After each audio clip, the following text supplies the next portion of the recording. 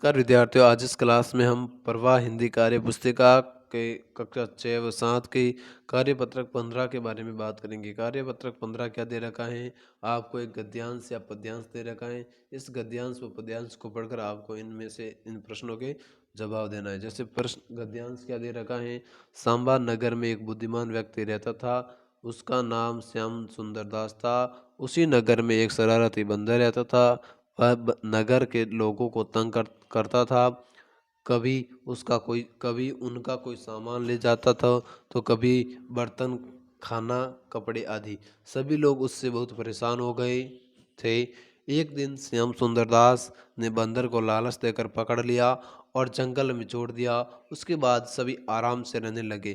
तो आपको जो पद्यांश दिया गया है, इस पद्यांश में से आपको क्या है, इन प्रश्नों के उत्तर देना है। ऊपर दी गई कहानी को पढ़कर प्रश्नों के उत्तर दीजिए। तो पहला क में क्या लिख देना है आपको कि नगर में एक बंदर रहता था। कौन से नगर में एक बंदर रहता था? तो सांबा नगर में एक बंदर रहता था। आपको सांबा यहाँ पर सांबा लिख देना है।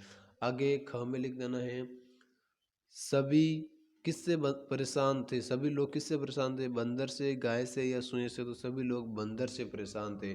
तो पहली खाली जगह में आपको सांबा, दूसरी खाली जगह में बंदर लिख देना है। आगे चलते हैं दूसरे प्रश्न की और। दूसरा प्रश्न दे रखा है, नीचे दिए गए शब्दों में से उचित शब्दों का प्रयोग करके रिक्त स्थान भरिए। तो नीचे ये जो शब्द दिए गए हैं कोष्टक में, इनसे शब्दों का प्रयोग करके आपको ये वाक्य पूरे करने। सामने की सामने की बेल में क्या लगे? अंगूर लगे। बेल पर क्या लगते? अंगूर लगे हैं।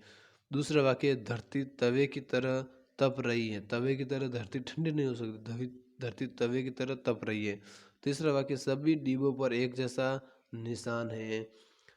चौथा वाक्य, लोमड़ी चतुर जानवर है। मूर्ख नहीं, लोमड़ी चतुर जानवर है। इसी प्रकार तीसरा प्रश्न का उत्तर आपको कैसे देना है? तीसरा प्रश्न, बुद्धिमान व्यक्ति का नाम क्या था? तो बुद्धिमान व्यक्ति का नाम श्याम सुंदर दास था। श्याम सुंदर ने बंदर को कैसे पकड़ा? तो श्याम सुंदर ने बंदर को लालच देकर पकड़ा। पांचवा प्रश्न है, सभी आराम से कब रहने लगे? बंदर को पकड़ने के बाद सभी लोग आराम से रहने लगे। इस प्रकार हमने कार्यपत्रक 15 को कंप्लीट किया।